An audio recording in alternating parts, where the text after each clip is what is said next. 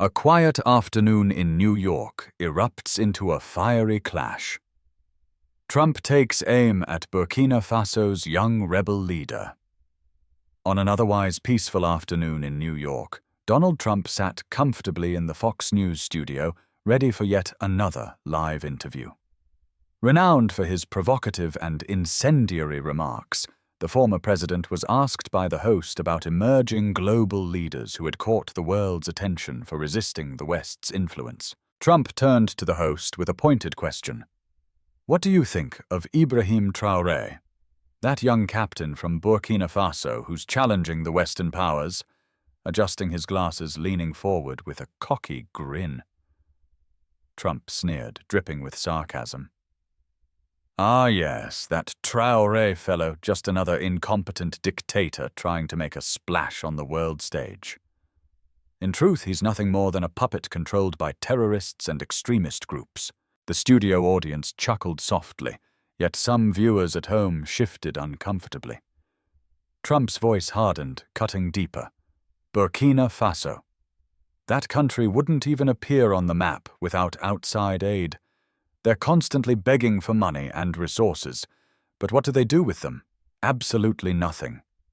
Meanwhile, thousands of miles away in Ouagadougou, Ibrahim Traoré watched the broadcast live from his presidential office.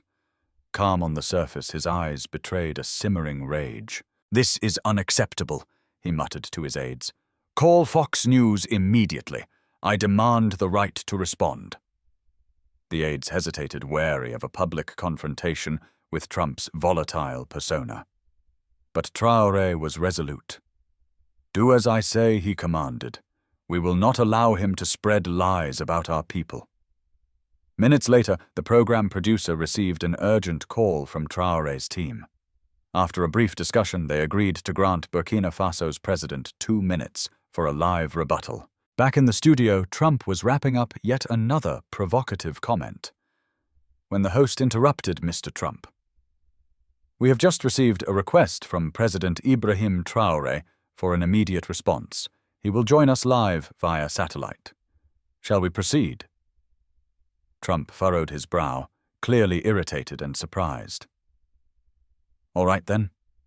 He forced a smile. "Let's hear what he has to say." The screen split in two on one side, Trump surrounded by luxury and state-of-the-art cameras. On the other, Traoré seated simply framed by a backdrop of agricultural development maps and solar panels, a stark contrast that spoke volumes. A tense silence settled over the live broadcast as Ibrahim Traoré adjusted his microphone in his makeshift studio in Ouagadougou. He looked directly into the camera, his gaze unwavering, calm yet commanding authority. "Mr. Trump," he began, voice clear and steady. "I could answer your mockery with the very words you use against me, but that would be unworthy of a leader." Trump's frown deepened, caught off guard by Traoré's composed seriousness.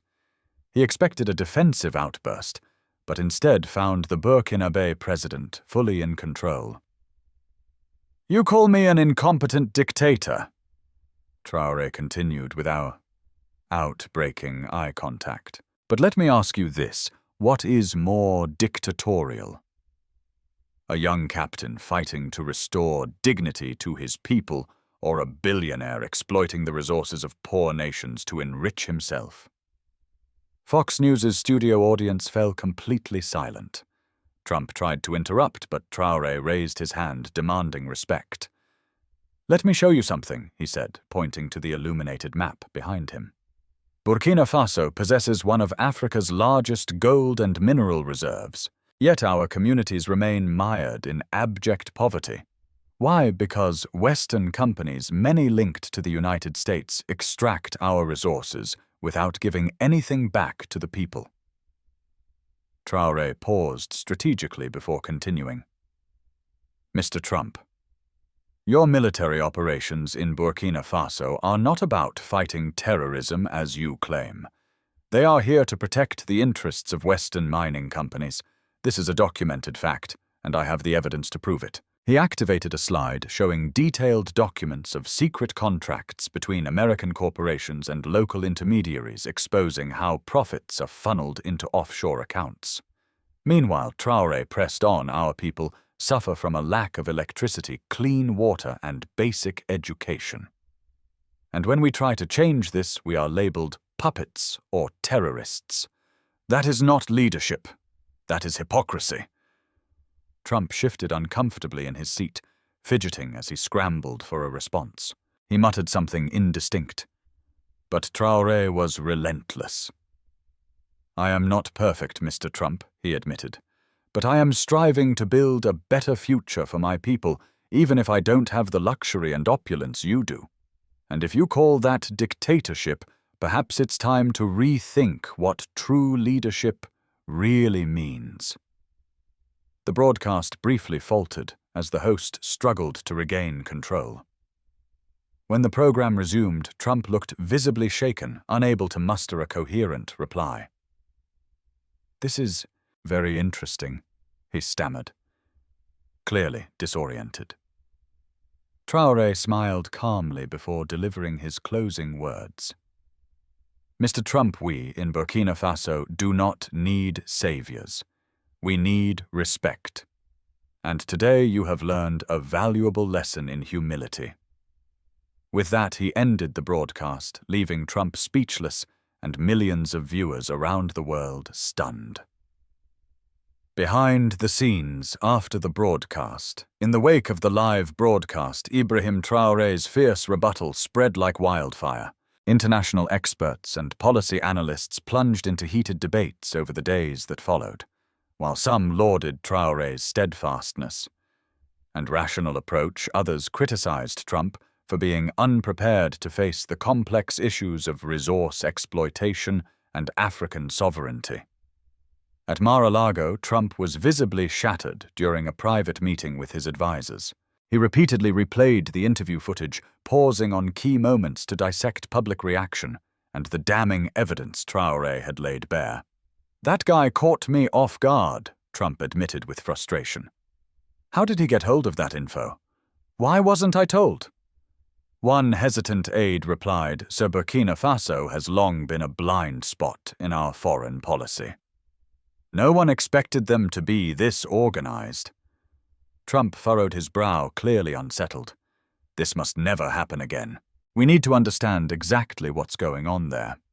Meanwhile, back in Burkina Faso, Traoré gained global admiration for his firm, fact-based stance. African leaders and Pan-African movements praised his courage in confronting a powerful figure like Trump head-on. At a press conference in Ouagadougou, Traoré spoke with humility yet unwavering resolve. "I do not do this to humiliate anyone. I do it because we must expose truths many seek to hide. Burkina Faso is not just a poor country. We are rich in resources and potential, and we deserve respect." Traoré's statement quickly went viral, sparking vigorous debate about the role of Western powers in Africa. Many began questioning the true motives behind US and other countries' military and economic actions on the continent.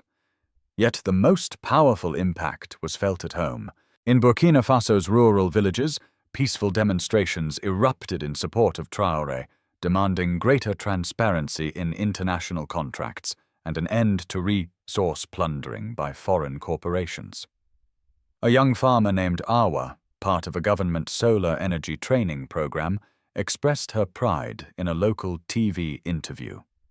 Before she said, "Holding a homemade solar panel, I couldn't feed my family.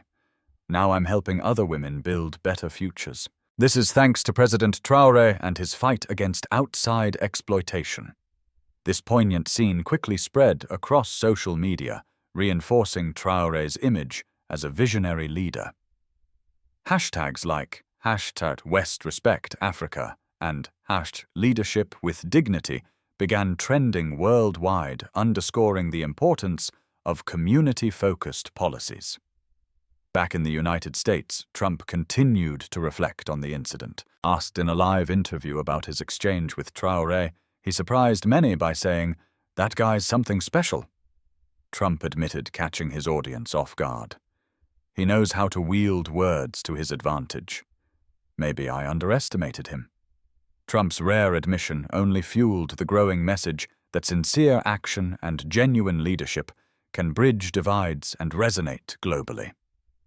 In the days that followed, in the days after the Traoré-Trump showdown continued to reverberate worldwide, Traoré's clear, uncompromising message on African sovereignty, resource control, and human dignity struck deep within local communities and global leaders alike. In Burkina Faso, Traoré's hardline stance was hailed as a milestone in the struggle against colonial-era prejudices. Crowds thronged Ouagadougou's streets, chanting in support of their president, while peaceful protests in rural villages demanded transparency in international agreements. During a visit to a small village, Traoré met Fatou, trained to operate a solar power system through a government initiative. Holding an electrical tool, she said, "Before I couldn't feed my children. Now I help other women build futures. It's all thanks to the president and his vision." This scene too circulated widely online, cementing Traoré's image as a leader turning vision into action. The hashtag #EnergyForAll surged in popularity, highlighting the importance of practical solutions over hollow promises. Back in America, Trump acknowledged in an interview, "Maybe I was wrong to underestimate him. That Traoré, he makes you think." Though he maintained his usual haughty tone, this was a rare moment of public self-reflection from the former president. An open ending, the story of Ibrahim Traoré and the lessons drawn from his confrontation with Donald Trump have become a symbol for a new Africa, one that refuses to bow under pressure or accept empty platitudes from global powers. As one international journalist put it, "Today, Burkina Faso has rewritten the definition of power, not with money or weapons, but with truth, courage, and a vision for humanity."